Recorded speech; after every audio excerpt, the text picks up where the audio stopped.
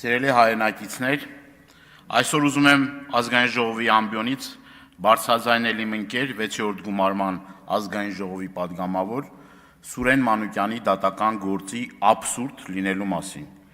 ինչը փաստում է, որ ներկայիս դատական համակարգը խորը ճգնաժամի մեջ է։ Սուրեն Մանուկյանն իրեն առաջադրված մեղադրանքը համարում է շինծու, իրեն մեղավոր չի ճանաչում։ Քրեական գործունեությունում չկա որևէ ողջամիտ ապացույց, որը թույլ կտա հետևություն անել վերջինիս մեղավորության մասին։ Հիշեցնեմ, որ 2022 թվականի օգոստոսին քրեական հետապնդմանը ենթարկվել Սուրեն Մանուկյանը։ Եվ ես այսօր այստեղ կանգնած եմ ոչ թե որպես մեկ դատավորի վարքագծի մասին խոսելու, այլ արդարադատության համակարգի խորքային հիվանդության մասին բարձրաձայնելու։ Տավուշի մարզի առաջին ատյանի դատարանի դատավոր Սասուն Մխիթարյանը իր վարույթում գտնվող քրեական գործով 2026 թվականի օգոստոսի 1-ին հաղորդում է ներկայացրել ԱԺ նախկին падգամավոր Սուրեն Մանուկյանի եւ մյուսների գործով մեղադրյալներից մեկի դեմ եւ ստացել է տուժողի կարգավիճակ։ Այո, հարգելի գործընկերներ, նույն մարդը միաժամանակ եղել է դատավոր եւ տուժող։ Սա իրավական պետության աբսուրդն է, ակնհայտ շահերի բախում, ավտոմատ բացարկի հիմք, բայց ինչ է տեղի ունեցել իրականում, դատավորը ինքնաբացարկ չի ներկայացրել, չի տեղեկացրել կողմերին, թաքցրել է իրական տուժողի կարգավիճակը։ Պաշտպանական կողմը դրա մասին իմացել է միայն այն ժամանակ, երբ հարց է ուղղել դատավորին։ Երբ 2025 թվականի դեկտեմբերի 17-ին ներկայացել է բացարկի միջնորդություն, դատավորը ոչ թե լուծել է հարցը, այլ ժամանակ է շահել։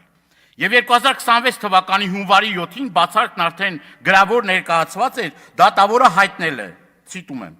«Ես դիմել եմ, որ ինձ հանեն տուժողի կարգավիճակից»։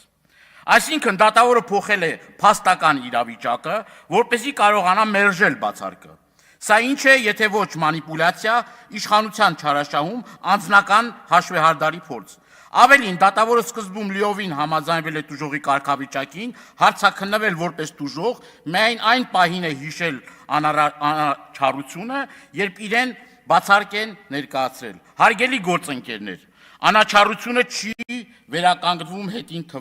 թվով, վստահությունը դատարանի նկատմամբ չի վերականգնվում հնարքներով։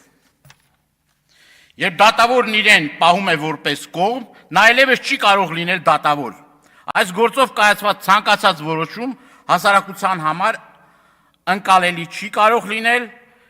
թե որպես արդարադատություն, թե որպես հետագա գործի ընթացք։ Սա արդեն ոչ մեկ դատավորի, այլ համակարգային խնդիր է, եթե այսօր չխոսենք այս մասին, վաղը որևէ քաղաքացի չի հավատա, որ դատարանում իրական գործում է արդարությունը։ Եվ վերջում մեկ նախադասություն, ես պահանջում եմ, որ այս դեպքը ստանա հստակ քաղաքական եւ իրավական գնահատական, որովհետեւ առանց անաչառ դատական համակարգի չի կարող լինել արդար պետություն։ Սարգիս Ղանդանյան